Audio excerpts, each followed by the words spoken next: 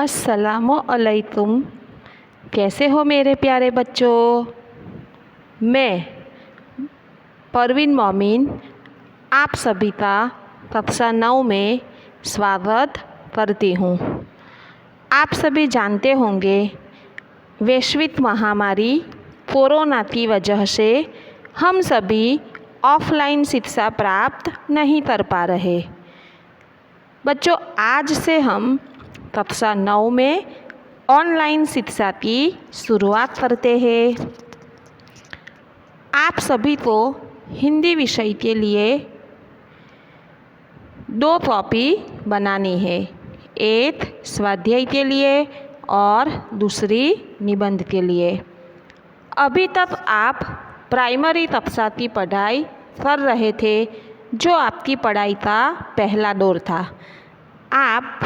अब आपकी पढ़ाई का पहला दौर था वह समाप्त कर माध्यमिक शिक्षा के लिए आप आ चुके हो। प्राइमरी कक्षा की पढ़ाई में आप जब कक्षा 1 में आए थे तब बहुत ही छोटे थे। आपको पता भी नहीं था कि आप कहाँ जा रहे हो और किस लिए जा रहे हो। आप 1 से 8 तक अपने दोस्तों के साथ रोज़ाना पाठशाला आकर पढ़ाई करते थे और उनके साथ ढेर सारी मस्तियाँ भी की होगी और पढ़ाई के साथ साथ आपने काफ़ी अच्छा समय अपने दोस्तों के साथ बिताया भी होगा। लेकिन अभी तक आपने शायद यह नहीं सोचा होगा कि आखिर आपको बड़ा होकर क्या बनना है और पढ़ाई में किस तरह हम आगे योग्यता प्राप्त कर सकते हैं। कहने का तात्पर्य है कि अब आप प्राइमरी की पढ़ाई को पूरा कर माध्यमिक पढ़ाई के लिए आ चुके हो। पिछले साल कक्षा 8 में भी कई बच्चों ने ठीक से पढ़ाई नहीं की होगी और मास प्रमोशन की वजह से आप कक्षा 8 से 9 में आ चुके हो। मगर अब आपकी जिम्मेदारी और ज़्यादा बढ़ गई है। आपको अब एक गोल यानी एक लक्ष्य बनाना है कि आने वाले इन दिनों में और इन सालों में आपको अब पढ़ाई के महत्व को समझना होगा कि आने वाले जो आपके 5 साल है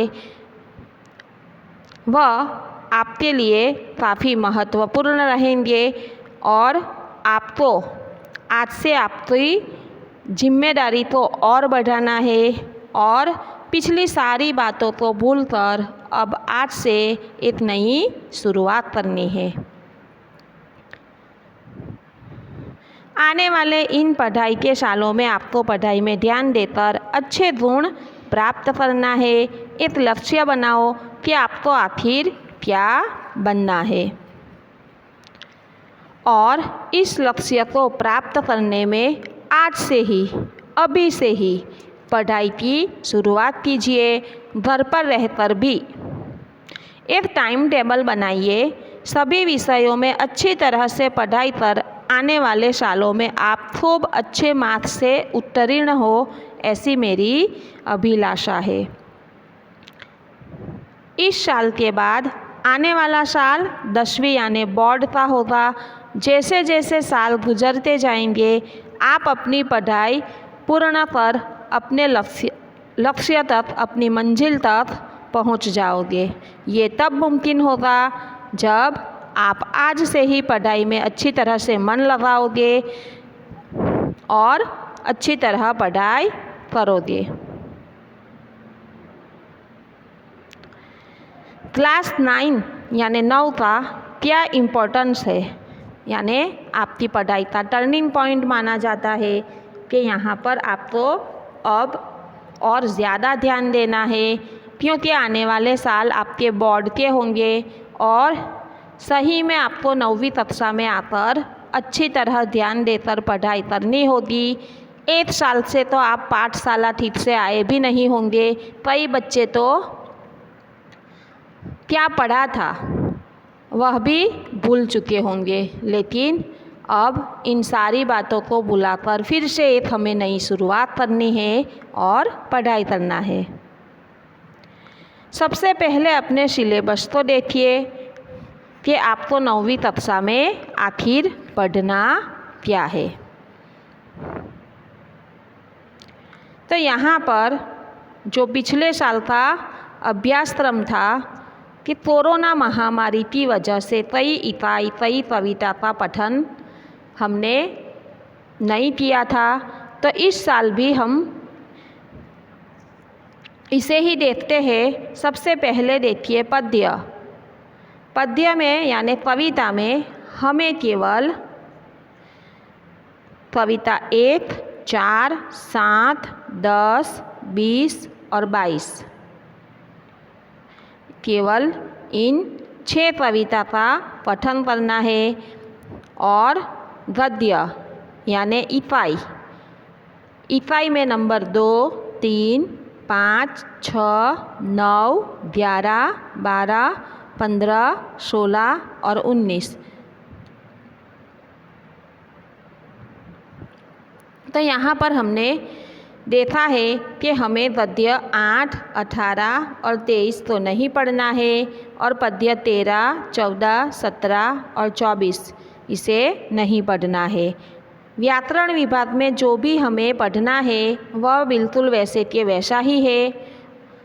साथ ही लेखन विभाग यानी निबंध है, पत्र लेखन है, अहवाल लेखन है, कहानी लेखन है, जो भी आपका लेखन विभाग में है उसे भी हमें वैसे ही पढ़ना है।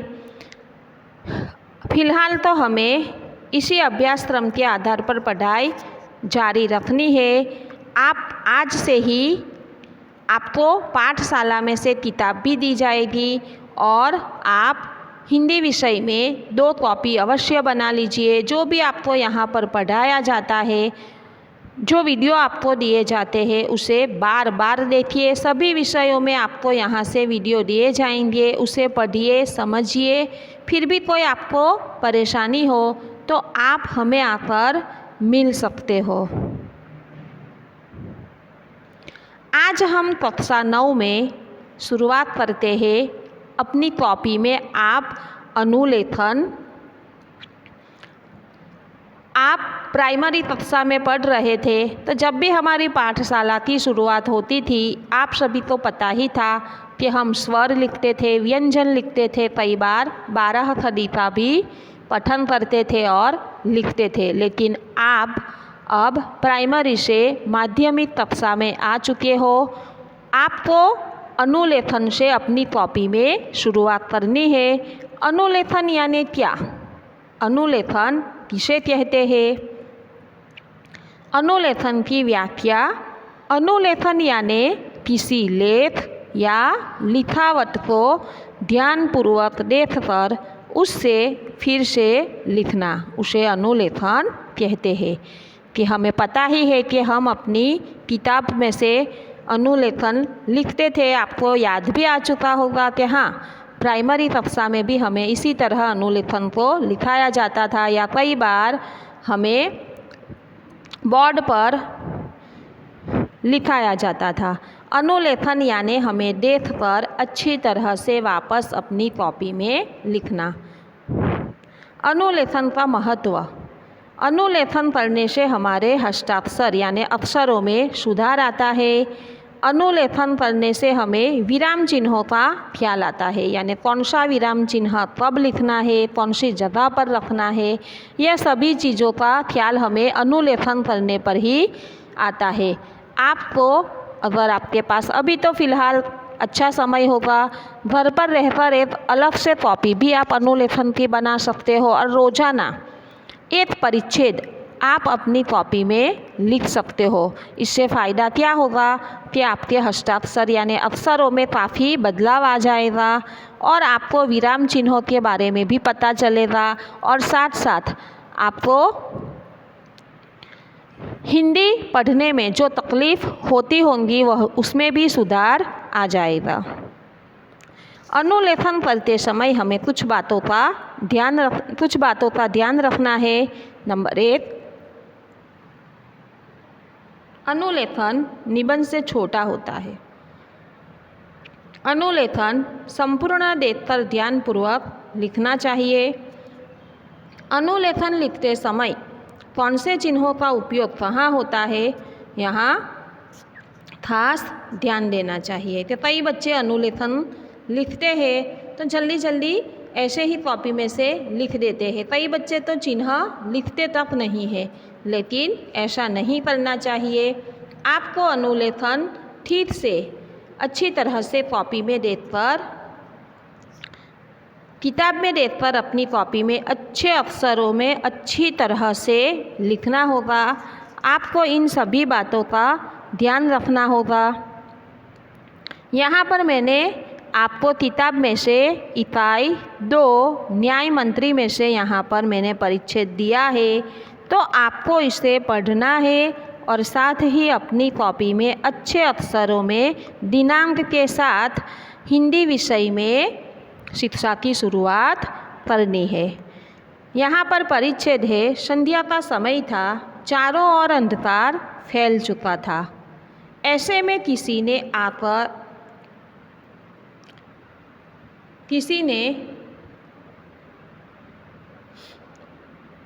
घर का दरवाज़ा खटखटाया। कौन है? बाहर से शिशुपाल ने थोड़ा सा दरवाज़ा खोलते हुए पूछा। एक परदेसी, बाहर से आवाज़ आई। क्या मुझे रात काटने के लिए स्थान मिल जाएगा? जैसे ही शिशुपाल ने पूरा दरवाज़ा खोला, उसके सामने एक युवक खड़ा था। उन्होंने मुस्कुराकर कहा, यह मेरा सौभाग्य है। अतिथि के चरणों से यह घर पवित्र हो जाएगा। आइए पधारिए। अतिथि को लेकर शिशुपाल घर में गए और उनका आदर सत्कार किया। फिर दोनों उस समय की देश की अवस्था पर बातें करने लगे। शिशुपाल ने कहा, आजकल बड़ा अन्याय हो रहा है, परंतु परदेशी इस बात से सहमत न था।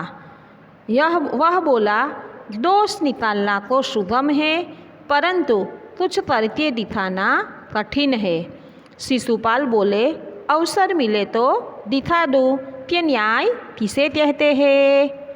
तो आप अवसर चाहते हैं? हाँ, अवसर चाहता हूँ। फिर कोई अन्याय नहीं होगा? बिल्कुल नहीं। कोई अपराधी दंड से न बचेगा? नहीं। तो इस परिच्छेद को आपको पढ़ना है, चिन्हों का ख्याल रखना है और अपनी कॉपी में लिखना है। धन्यवाद।